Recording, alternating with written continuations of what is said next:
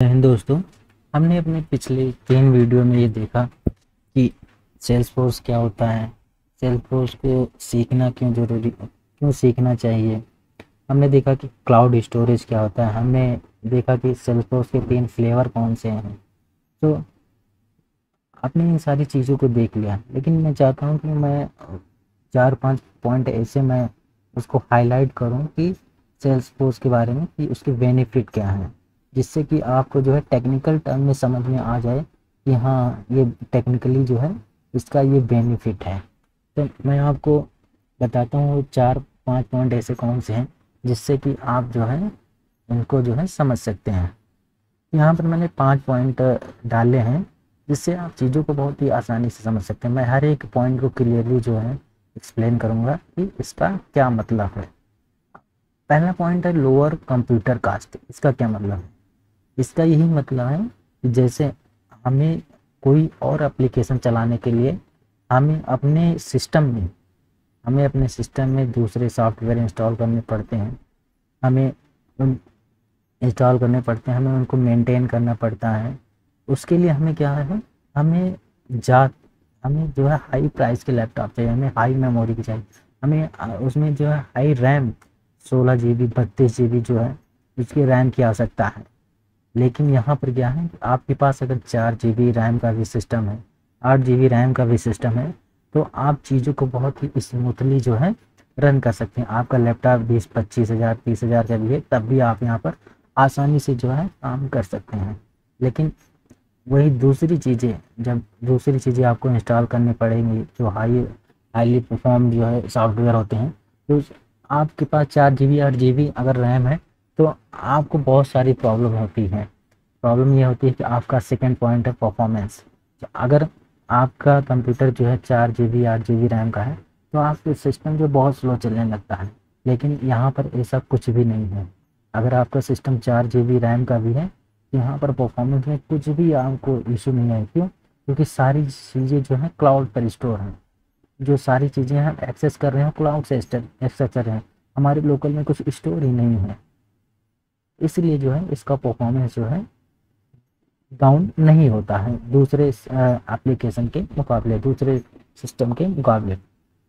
और third point क्या है कि अगर हमने, जैसे मान लीजिए हमने कोई अपने सिस्टम में कोई सॉफ्टवेयर इंस्टॉल किया, डाउनलोड किया, तो हमें क्या है कि अगर उसका अपडेट आता है तो हमें मैनुअली जा कर के उसको अपडेट करना पड़ता है। लेकिन यहाँ पर हमें इसके अपडेट के बारे में, इसके लेटेस्ट वर्जन के बारे में कोई चिंता करने की आवश्यकता नहीं है। सेल्सफोर्स जो है खुद ही इसको जो है ऑटोमेटिक जो है अपडेट करता है, इसका नया वर्जन जो है लॉन्च कर देता है अपने आप ही। तो हमें इसके बारे में भी कोई जो है चिंता करने की आवश्यकता नहीं। स्टोरेज कैपेसिटी ये डिपेंड करती है कि आपका कौन सा एडिशन है। एडिशन में सेल्सफोर्स में कई सारे एडिशन, एक डेवलपर एडिशन है, एक एसेंशियल एडिशन है, एक एंटरप्राइज एडिशन है, एक अनलिमिटेड एडिशन है।